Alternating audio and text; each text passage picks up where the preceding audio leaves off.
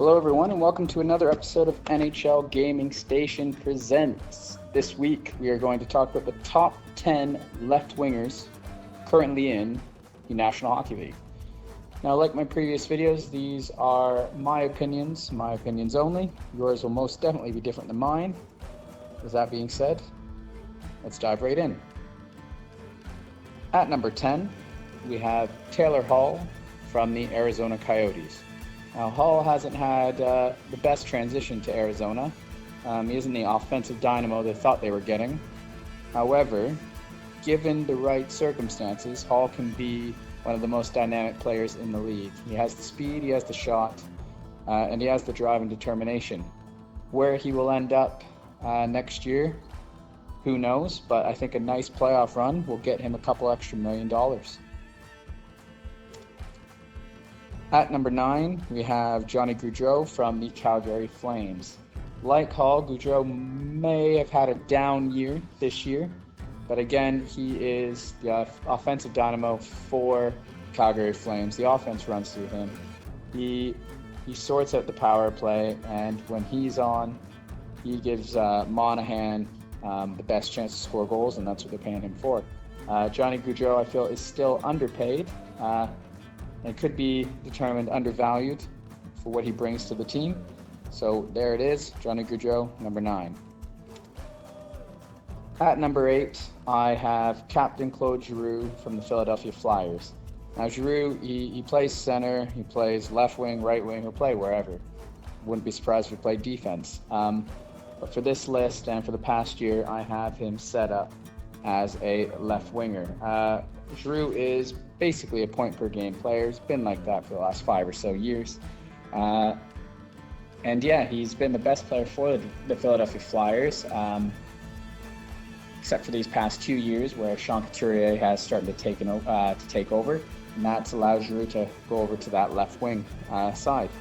Giroux had a great year this year. Philadelphia is obviously in the playoffs, and I expect some big things from him in the playoffs. At number 7, we have Matthew Tkachuk from the Calgary Flames. Matthew Tkachuk is someone who can bring every element needed to be successful in the NHL. He's got the skill, he's got the tenacity, he fights, he hits, scores, he can do it all. Right now, he's probably the energizer for that Calgary Flame team, and Calgary is going to need him to be his, just be him throughout the entire playoffs so that they can make a nice long run. Matthew Tkachuk is absolutely brilliant. That when Calgary drafted him, I've seen him play in London when he was with on a line with Mitch Marner and Dvorak, who now plays for Arizona, and they were unbelievable. And I knew he would make a great transition to the NHL, and obviously he has. Here we go. At number 6, we have Philip Forsberg of the Nashville Predators.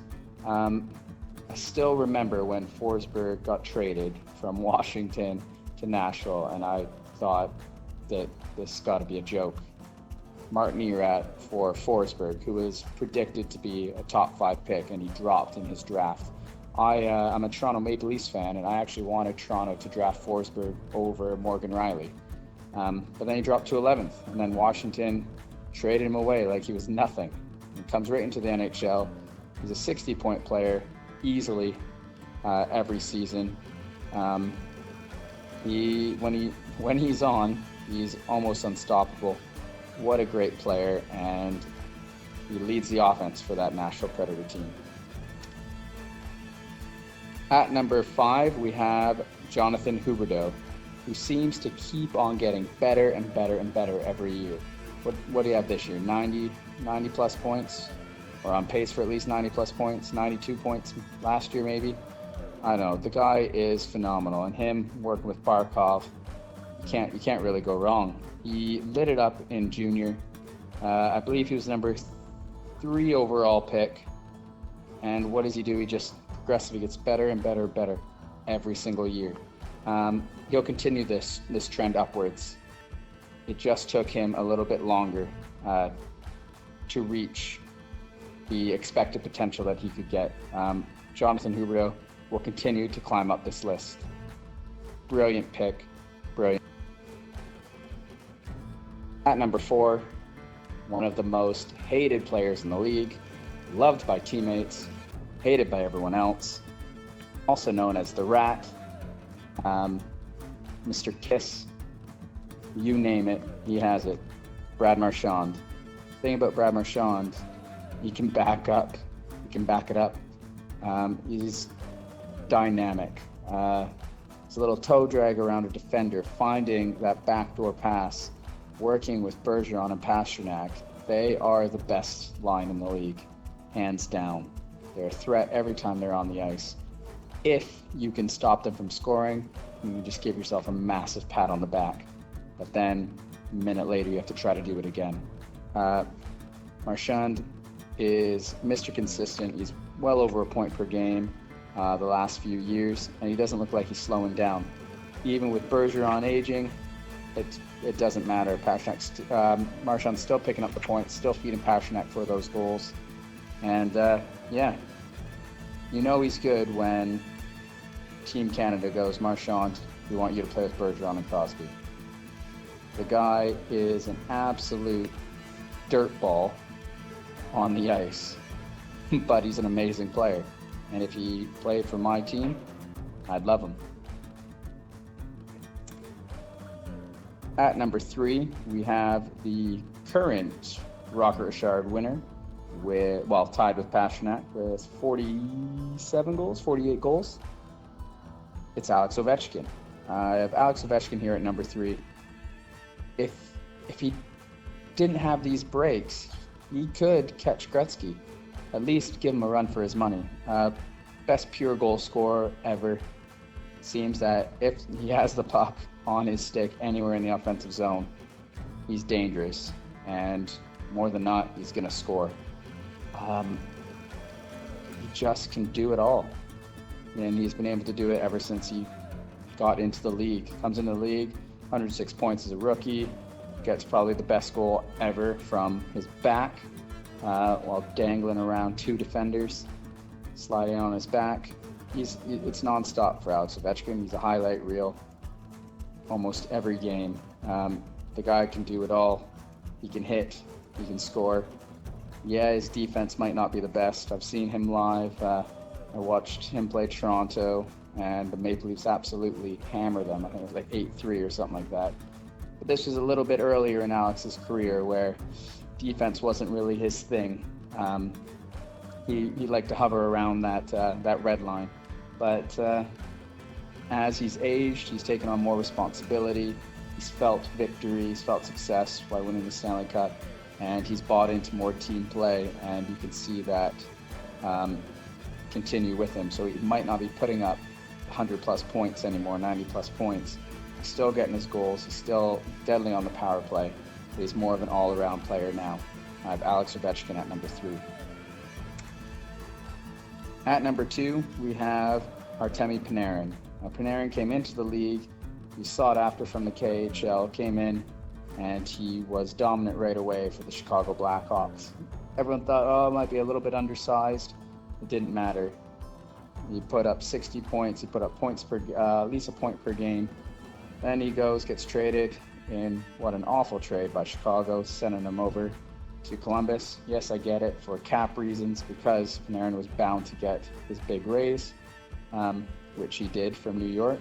But once he went to Columbus, he just kept getting better and better and better. He was the head of that team. He was where they looked to get the offense. And ever since he's transferred over to New York, it's been the exact same way. His chemistry with Mika Zibanejad clicked right away. Panarin had a brilliant year, and once again, just kept getting better and better. Artemi Panarin, number 2. At number 1, we have Leon Draisaitl from the Edmonton Oilers. Now, Draisaitl keeps switching between center and left wing.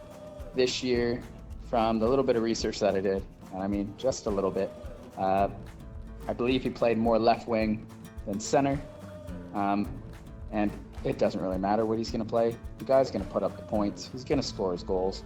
And he's going to be one of the best players on the ice every single night. No wonder he won the scoring title this year. He just keeps getting better and better and better. He's dangerous from all over the ice. He is sound defensively. He gives that other option on the power play. And it's just a two-headed monster with him and McDavid. It's like, who do you, when they're on the ice together, who are you going to put your best defensive forward on? Because if you go after McDavid, well, Draisaitl's there. And he's always in the right spot to make the beautiful, perfect pass or just snipe a lovely goal. I can't believe he dropped to Edmonton in that draft, and Buffalo took Sam Reinhart. Imagine if Buffalo had Eichel and Draisaitl right now. It's the same as, like, well, McDavid and Draisaitl. When he signed his contract, I was like, oh God, no. I think Edmonton overpaid. A couple years later, you're like, never mind. Draisaitl is probably underpaid. He should be making around 11, 12 million.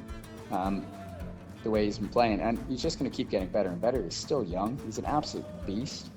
And even when McDavid goes down, he just puts the team on his back.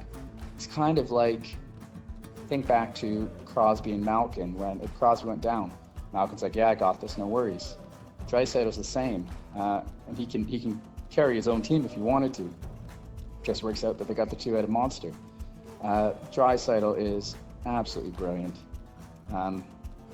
Edmonton, you were very lucky to have him, and I think he's just going to keep getting better and better.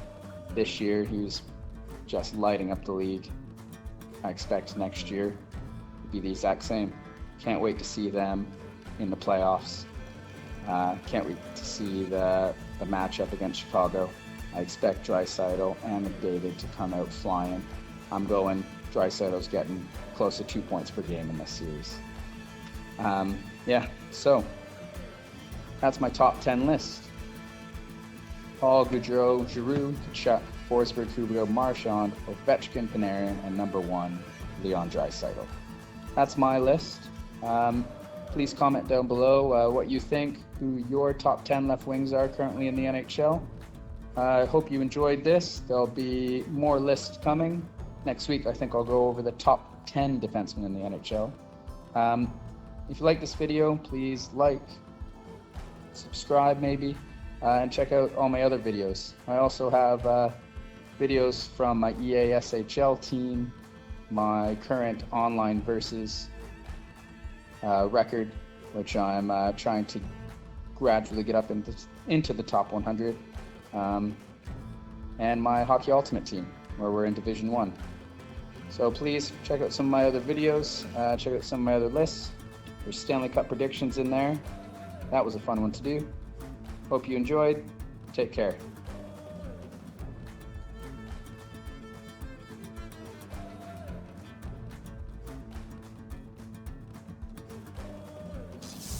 Don't forget to like, comment, and subscribe. Thanks for watching.